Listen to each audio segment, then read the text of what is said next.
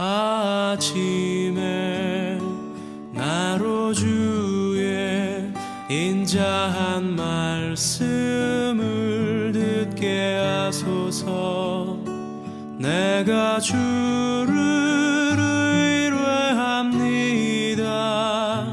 나의 다닐 길을 인도하소서.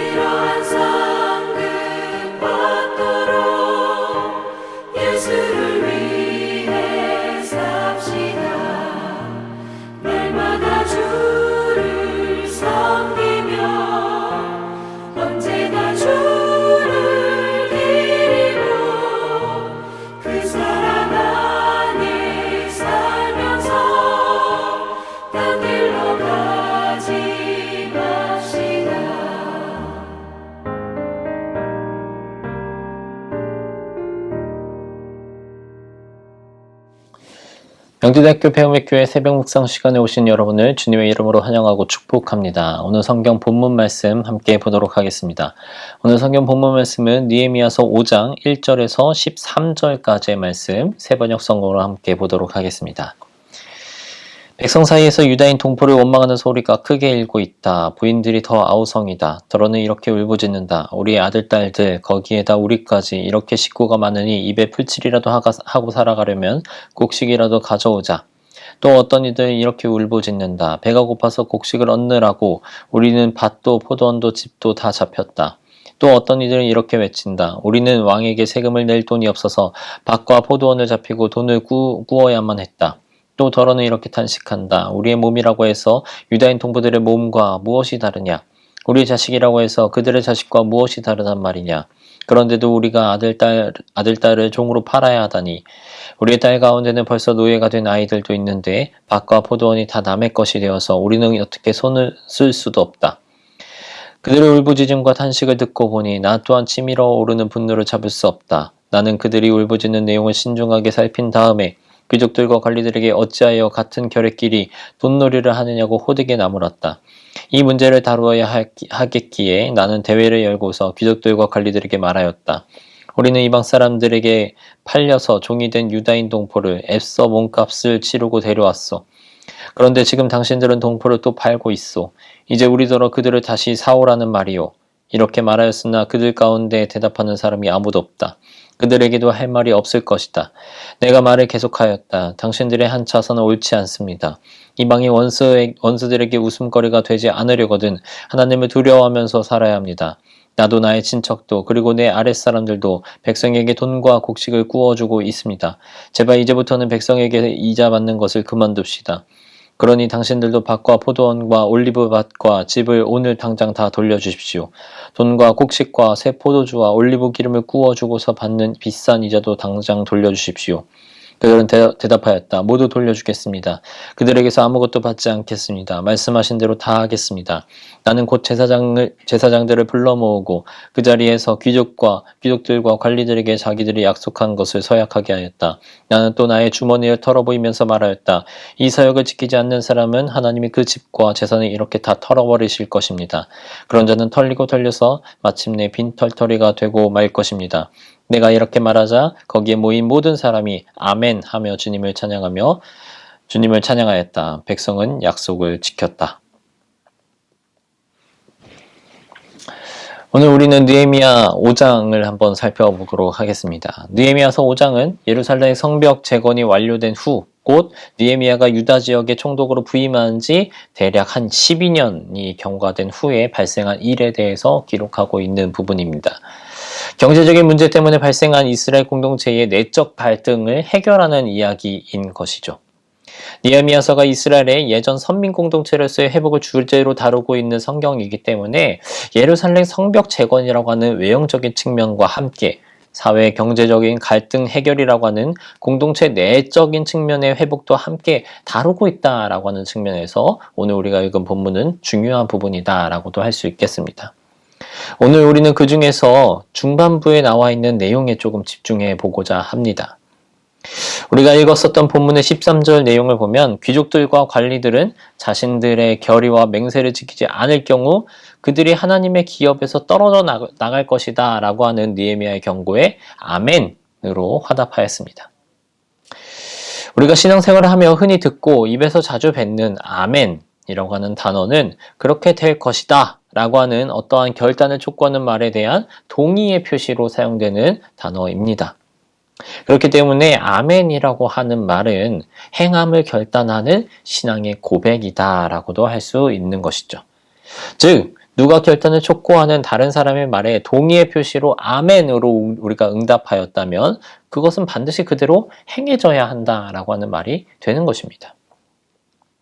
오늘 우리가 읽은 본문에서도 보면 귀족들과 관리들은 느헤미야의 말에 아멘으로 화답했고 자신들의 결의와 맹세대로 그대로 행하였습니다. 즉 귀족들과 관리들은 가난한 자들로부터 저당 잡은 부동산들과 또 그들에게서 받은 각종 이자들을 돌려보냈다라고 하는 것이죠. 우리는 이러한 사실을 통해서 느헤미야 시대의 귀족들과 관리들이 하나님 앞에서 새롭게 거듭나왔다라고 하는 모습들까지도 상상해 볼 수 있는 것입니다. 오늘날을 살아가는 우리에게도 이러한 모습이 있어야 할 줄로 믿습니다. 오늘날 우리는 시시때때로 이곳저곳에서 아멘으로 응답합니다. 다른 사람이 공중 기도할 때 그 기도에 대해서 동의한다라고 하는 표시로 우리는 아멘이라고 응답하고 있고 목사님의 설교를 듣고 동의한다라고 하는 표시로 아멘이라고 응답하고 있습니다. 또한 자신이 하나님 앞에서 결단하는 기도를 하고 그대로 되기를 원한다라고 하는 표시로 우리는 아멘이라고 하는 말로 기도를 마무리하고 있습니다. 여기까지는 너무나도 좋습니다. 그런데 문제는 아멘이라고 말함으로써 입으로는 결단하고 동의하는 신앙 고백까지는 좋았는데 그것을 행동으로 옮기지 않았다라고 하는 것입니다. 많은 그리스도인들이 점점 아무 생각 없이 그리고 무심코 아멘을 내뱉고 있음을 우리는 주변에서 목격하게 된다라고 하는 것이죠. 행함이 없는 아멘의 남발은 우리 스스로 더 안 좋은 신앙의 길로 걸어가게 하고 있다라고 하는 것을 기억할 필요가 있겠습니다.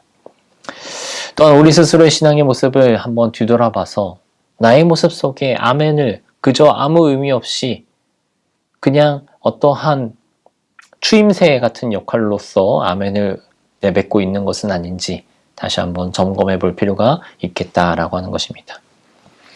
우리는 이러한 행함 없는 아멘의 남발이 하나님을 기만하는 행위라고 하는 것을 다시 한번 기억해 볼 필요가 있겠습니다. 이 아멘이라고 하는 응답은 하나님 앞에서의 약속을 의미하는 것입니다. 하나님께 자신의 신앙을 고백하는 행위가 이 아멘이라고 하는 축약된 표현으로서 나타난다라고 하는 것이죠. 그러므로 우리가 아멘이라고 하였으면 그대로 행해야 한다라고 하는 것입니다. 우리가 가지고 있는 성경 전도서 5장 6절에서는 이렇게 기록을 하고 있습니다. 너는 혀를 잘못 놀려서 죄를 짓지 말아라. 제사장 앞에서 내가 한 서원은 실수였습니다 하고 말하지 말아라. 왜 너는 내 말로 하나님을 진노하시게 하려 하느냐? 어찌하여 하나님이 내 손으로 이룩한 일들을 부수시게 하려고 하느냐? 서원에 대한 전도서의 경고를 우리가 주목할 필요가 있다라고 하는 것입니다. 우리가 오늘날 서원이라고 하는 단어를 하나님과 우리 사이에 이루어지는 특별한 약속을 지칭하는 것으로 이해하는 경우도 있겠지만 사실상 서원이라고 하는 말 자체는 하나님과 우리 사이에 이루어지는 약속을 뜻하는 말입니다. 단순하게 하나님과 우리 사이에 나타나는 모든 약속에 대해서 모든 우리가 서원이라고 하는 표현을 붙일 수 있다라고 하는 것이죠. 그런 서원에 대해서 우리는 지켜야 한다라고 하는 것입니다. 우리가 내뱉는 아멘도 이 서원의 표현이다라고 하는 것을 기억해야 하겠습니다. 그렇기 때문에 아멘으로 우리가 동의하였다라고 한다면 반드시 그 동의에 대한 내용에 대해서 우리가 행동으로서 임해야 한다라고 하는 것을 우리는 명확하게 기억해야 하겠습니다. 그렇다고 우리가 이제 앞으로 아멘을 주저해야 한다라고 하는 소리가 되는 것은 아닙니다. 우리는 하나님의 말씀에 그리고 결단을 촉구하고 있는 기도의 내용에 아멘으로 화답해야 하는 사람들입니다. 그것은 하나님을 사모하고 또 하나님을 믿는 그리스도인으로서 너무나도 당연한 일이다라고 하는 것이죠. 중요한 것은 그렇게 아멘을 하고 난 다음입니다. 즉 우리는 아멘을 행함을 결단하는 신앙 고백인 것을 알고 자신이 아멘한 대로 행하기를 힘써야 한다라고 하는 것입니다. 물론 우리는 연약하여서 아멘한 대로 다 행하지 못할 때도 있습니다. 그렇다고 하더라도 우리는 최선을 다해 그 행동하는 모습을 보여야 한다라고 하는 것이죠. 하나님은 우리의 연약함을 아시기 때문에 우리의 최선의 모습을 바라보신다라고 하는 겁니다. 우리의 최선의 모습을 보시고 그 모습 또한 인정하는 분이 우리가 믿는 하나님이시다라고 하는 것을 다시 한번 기억할 필요가 있겠습니다. 그러나 우리가 만약에 아멘으로 응답하고 그에 대한 행함을 따르지 않는다라고 한다면 우리가 함께 살펴봤었던 전도서의 경고처럼 우리는 하나님의 진노를 마주할 수 있게 된다라고 하는 것을 반드시 새겨두어야 한다라고 하는 것이죠. 그리스도인의 신앙함에 있어서 무심코라고 하는 단어는 없습니다. 습관처럼 혹은 익숙해져서 아무렇지 않게 신앙함은 우리를 향한 사단의 가장 유용한 속상임을 우리는 기억해야 하겠습니다. 항상 우리의 믿음과 신앙생활의 작은 것이라고 할지라도 온 마음과 또 온 정성을 다해서 임하고 그에 대한 여러 가지 것들을 고민하고 행동으로 옮길 줄 아는 그러한 저와 여러분들이 되길 주님의 이름으로 소망합니다. 함께 기도하시겠습니다. 하나님, 주님의 말씀에 아멘으로 응답하는 우리의 모습을 돌아보기를 원합니다. 익숙해진 습관에 따라 무심코 하는 응답이 아닌 주님의 말씀에 진심을 담아 행함의 응답을 하게 되는 우리가 될 수 있도록 주님 함께하여 주시옵소서. 또한 매 순간순간 주님의 말씀에 인간적인 계산 없이 결단하면서 나아갈 수 있는 우리의 모습이 될 수 있도록 주님 함께하여 주시옵소서. 감사드리며 예수님의 이름으로 기도드립니다. 아멘.